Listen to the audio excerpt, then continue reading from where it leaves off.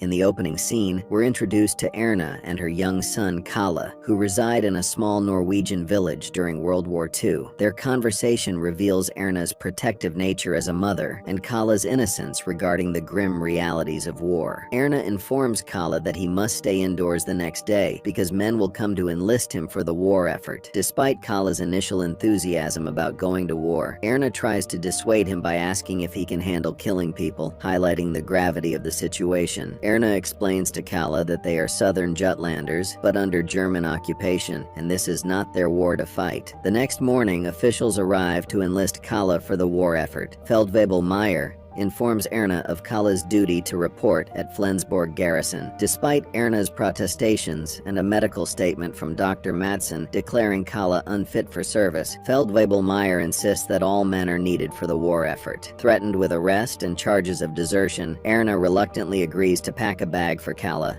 and bid him farewell. Erna accompanies Kalle to the garrison where he joins the other men for training. Meanwhile, Erna seeks out the colonel in an attempt to dissuade him from enlisting Kalle, highlighting Kalle's importance in helping her with her work. However, the colonel dismisses her plea, warning her that such interference could lead to her arrest. Despite granting her freedom to leave, the colonel stands firm on Kalle's enlistment. Frustrated and angered by the colonel's decision, Erna storms out of the room. Erna waits anxiously in the barn where she encounters two men attempting to escape. One of them, Julius, successfully makes it to the barn with Erna's help, while the other is apprehended. Erna proposes they swap clothes, allowing her to assume Julius's identity and take his place as a soldier. Together, they cut Kalle's hair as part of her disguise. Julius advises Erna to seek out his uncle, who can assist, and provides her with his name to use as her own. In the dormitory, Erna introduces herself as Julius Rasmussen, Julius's nephew, to Anton, who is revealed to be Julius's uncle. She explains the situation and now seeks Anton's assistance in getting Kalle, her real son, out of the war. The other soldiers in the room express concern about the consequences of aiding deserters, as desertion is punishable by death. Erna, now assuming the identity of Julius, pleads with Anton for help to protect themselves from repercussions. Erna insists they all maintain the facade of her being Julius until Kalle is safely returned home. Despite the risks, Anton ultimately agrees to assist Erna in her mission to rescue Kalle. Erna saw Meyer, appealing to him for help in escaping with Kalle. Meyer acted as if he didn't know it was Erna Jensen and asked for the name. Then he talked to her alone, warning that Kalle could not be saved. Erna remained resolute, declaring her determination to accompany Kalle, even if it meant going to war herself. Meyer then confronts the other soldiers in the room, questioning if they didn't know Erna's true identity as Julius Rasmussen, a woman disguised as a soldier. Despite initial denials, the soldiers acknowledge they did know. Meyer admonishes them for concealing Erna's presence, emphasizing the severity of their actions as a war crime. However, he also appeals to their sense of loyalty to their families, offering them a chance to redeem themselves and avoid dishonor. Taking command of the situation, Meyer asserts that Erna will remain in service, presenting her as a guardian angel and a symbol of hope for the soldiers. Meyer then introduces Kalle as their new roommate. The soldiers prepare to depart for the war. Anton shows Erna a flag that his daughter sewn herself, expressing his intention to return it home as promised. However, Meyer instructs him to put the flag away, emphasizing the need for the soldiers to uphold a sense of German morale. In response, Anton challenges Meyer's assertion, declaring that in their current situation they are neither Germans nor Danes, but rather victims destined for slaughter. While the soldiers stop to relieve themselves, Erna steps away from the group to urinate. Suddenly, one of the soldiers approaches and forcefully covers her mouth, warning her against making any noise under threat of death. As they arrive at their destination, Meyer confronts Erna about Max's whereabouts, as he was last seen following her into the woods. Erna begins to have distressing flashbacks of her encounter with Max in the woods. Max attempted to sexually assault her, prompting Erna to defend herself by striking him with a stone, inadvertently causing his death. Meyer decides to report Max as having deserted. As Erna is getting ready, Anton expresses concern to Erna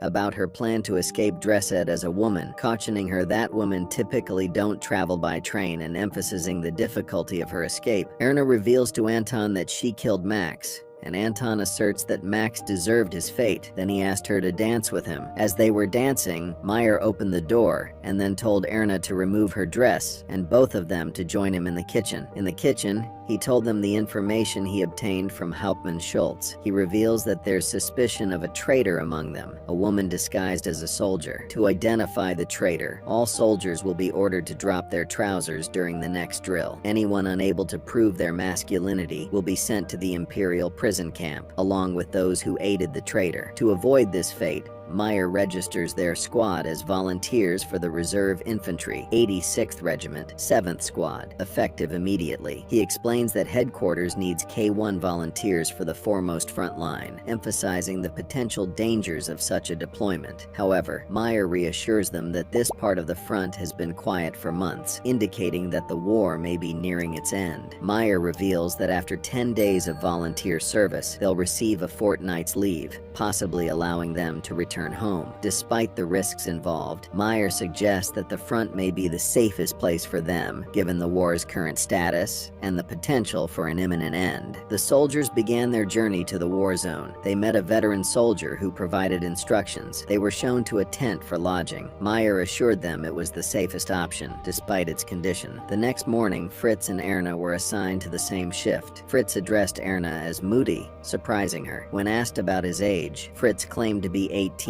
but then admitted he was 15. Erna questioned why he pretended to be older, to which Fritz responded by asking why she pretended to be a man. Fritz then asked Erna if she could be his mother figure while they were stationed there. Erna instructed the other soldiers to maintain cleanliness in their surroundings. Kala attempts to assist her, but he faces mockery from the other soldiers. Alone with Kala, Erna questioned if it would have been preferable for him to be at war alone, to which Kala said yes. Later, the other soldiers returned and expressed gratitude for the tidiness of their living quarters. Anton then placed a flag. Erna and Anton returned with food, only to be confronted by Meyer, who questioned their authority to fetch provisions. Despite their explanation about Matthias Hansen's condition, Meyer asserted his dominance and assigned Zierson and Hansen to barbed wire duty. When Erna attempted to reason with Meyer, he silenced her. Despite Erna's objection, Meyer insisted on including Kalle Jensen for barbed wire duty. During their duty, the soldiers came under attack from the enemy,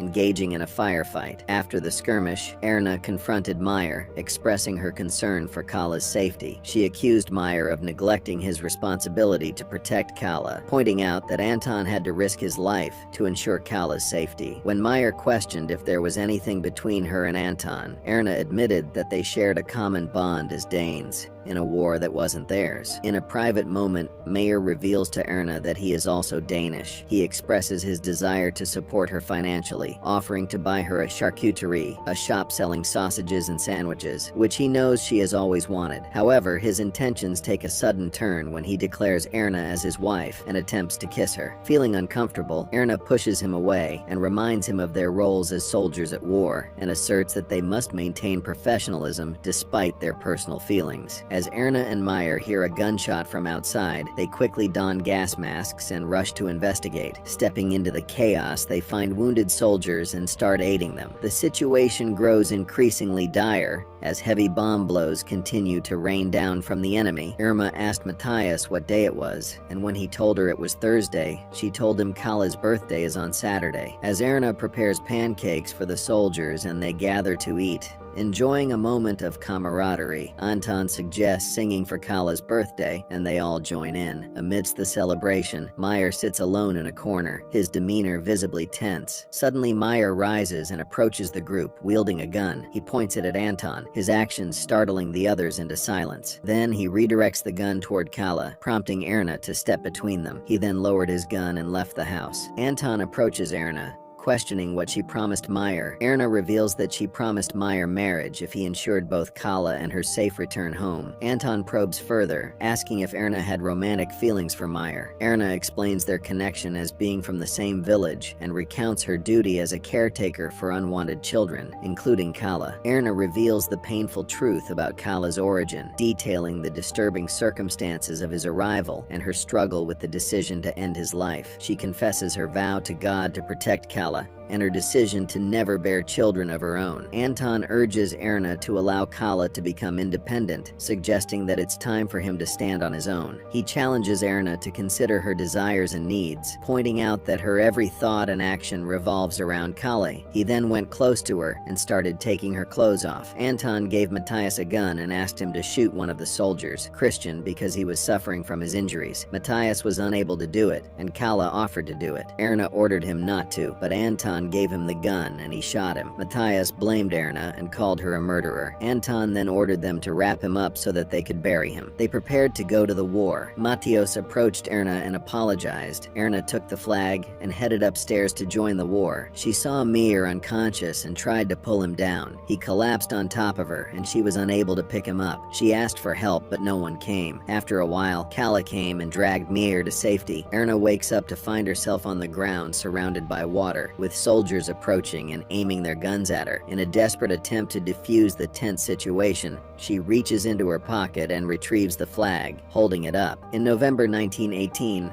after 6 months, Erna was serving food for the soldiers after being taken as a prisoner by the soldiers. A soldier came and announced that the war was over. Then, she is summoned to the commandant's office, where she is confronted with the realization that she is a woman in a prisoner of war camp, a situation that lacks established protocols for handling female prisoners. The commandant informs Erna that there are no regulations or agreements in place for transporting female prisoners, but he has personally arranged for her safe passage home on a guarded train. He also hints that she reunited with one of the other prisoners in the camp, Max, who somehow survived. Erna, who is visibly pregnant, travels on a train with Anton and other soldiers. She got out of the train and headed home. Kala waited for her by the door and showed her a medal he got. He told her Meyer was also back and he was sleeping in the house. They embraced. He asked about her pregnancy and she told him it'd be his little sister. They smiled at each other and Kala went inside. Erna looked at the sky, relieved the worst time was finally over. And with that, the movie ends. We hope you enjoyed our video. Watch the next recaps on the screen and don't forget to subscribe for more amazing recaps.